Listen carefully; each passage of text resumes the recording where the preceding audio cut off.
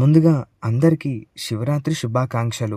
ఈరోజు మనం శివలింగం ఎలా ఉద్భవించింది, శివరాత్రి రోజున జాగారం వెనుక ఉన్న కారణాలేంటి అనే రహస్యాలను తెలుసుకోబోతున్నాం. ఇవే కాకుండా పరమశివుడి గురించి మరికొన్ని విషయాలను తెలుసుకోబోతున్నాం.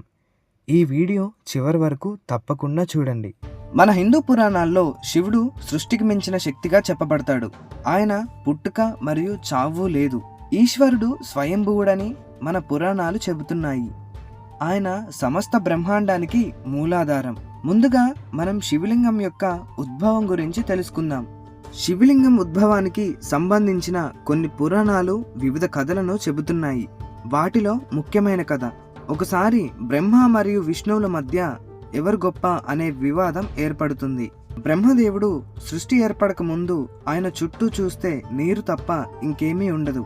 అప్పుడు బ్రహ్మదేవుడు అహంకరించి నేనే ముందు అని అనుకుంటాడు. బ్రహ్మదేవుడు కూర్చున్న ప్రదేశంలో ఆయన కింద ఒక పుష్పం ఉంటుంది. ఆ పుష్పం శ్రీ మహావిష్ణువు యొక్క నాభి నుండి ఉద్భవించింది.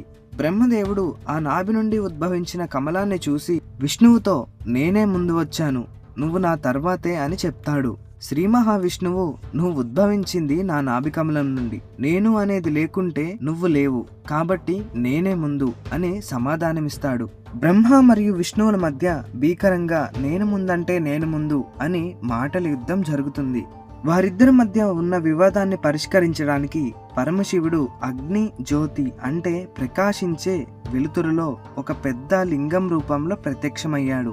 ఆ ప్రకాశించే లింగం నుండి మీ ఇద్దరిలో ఎవరు ముందుగా ఈ లింగం యొక్క ఆది లేదా అంతం అంటే ఈ లింగం యొక్క మొదలు లేదా చివర ఎవరు కనిపెడతారో వారే గొప్ప అనే శబ్దం వస్తుంది. అప్పుడు శ్రీ మహావిష్ణువు వారాహి అవతారం దాల్చి తవ్వుకుంటూ వెళతాడు. బ్రహ్మదేవుడు హంసవాహనాన్ని సృష్టించి పైకెగురుకుంటూ వెళతాడు. వీరిద్దరూ కొన్ని రోజుల పాటు మొదల మరియు చివర ఎక్కడ ఉందో కనుక్కుందామని ప్రయత్నిస్తారు. శ్రీ మహావిష్ణువు మరియు బ్రహ్మదేవుడు ఇద్దరు ఆ లింగం యొక్క మొదలు మరియు చివర కనుక్కోలేకపోయామని చెప్తారు.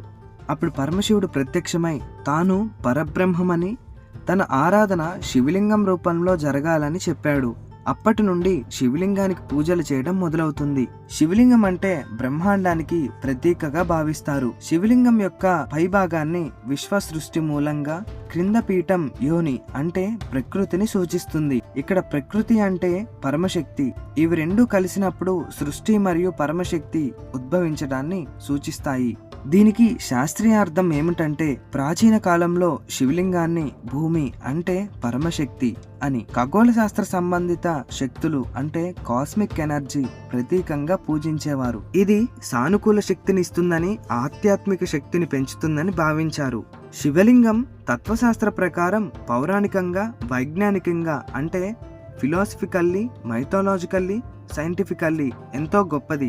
ఇది శివుని నిరాకార పరబ్రహ్మ స్వరూపమని తెలియజేస్తుంది. ఇది శివలింగం యొక్క ఉద్భవం వెనుక ఉన్న రహస్యం. శివరాత్రి రోజున జాగారం చేయడం వెనుక ఉన్న కారణాలు. శివరాత్రి హిందూ సాంప్రదాయంలో చాలా పవిత్రమైన రాత్రిగా పరిగణింపబడుతుంది. మహాశివరాత్రి రోజున భక్తులందరూ జాగారం చేస్తారు. దీని వెనుక పౌరాణిక, ఆధ్యాత్మిక, శాస్త్రీయ కారణాలు ఉన్నాయి. మొదటిగా పౌరాణిక అంటే మైథలాజికల్ రీజన్స్. పురాణాల ప్రకారం శివుడు మరియు పార్వతీదేవి వివాహం శివరాత్రి రోజున జరిగింది అని ఉంది. మరొక కథ ప్రకారం సముద్ర మథనంలో హాలాహలం అంటే విషం వచ్చినప్పుడు శివుడు ఆ హాలాహలాన్ని మింగి తన కంఠంలో నిలిపాడు. దేవతలు మరియు భక్తులు రాత్రంతా శివుణ్ణి జాగృతంగా అంటే అప్రమత్తంగా ఉంచడానికి భజనలు చేశారు. ఇక్కడ ఒక విషయం గమనించండి, పాము లేదా ఏదైనా విషపూరితమైన జీవి కుట్టినప్పుడు వైద్యులు పడుకోకుండా ఉండాలని సూచిస్తారు. అదే విధంగా ఆ హాలాహలం మింగిన పరమశివుణ్ణి నిద్రలోకి జారనివ్వకుండా దేవతలు మరియు భక్తులు భజనలు చేస్తూ జాగారం చేశారు. ఈ సాంప్రదాయమే జాగారంగా మారింది. ఈ సముద్ర మథనం గురించి నెక్స్ట్ వీడియోలో తెలుసుకుందాం అనుకుంటే ఎస్ అని కామెంట్ చేయండి. ఈ జాగారం వెనుక ఆధ్యాత్మిక కారణాలు. శివరాత్రి రోజు రాత్రి సమయంలో అత్యంత శక్తివంతమైనది అని అంటారు. ఈ రాత్రి ధ్యానం, జపం, భజనలు చేయడం వల్ల ఆధ్యాత్మిక శక్తి పెరుగుతుంది. రాత్రి నిద్ర మానేసి శివచింతన చేయడం మనసును శివతత్వానికి దగ్గర చేస్తుంది.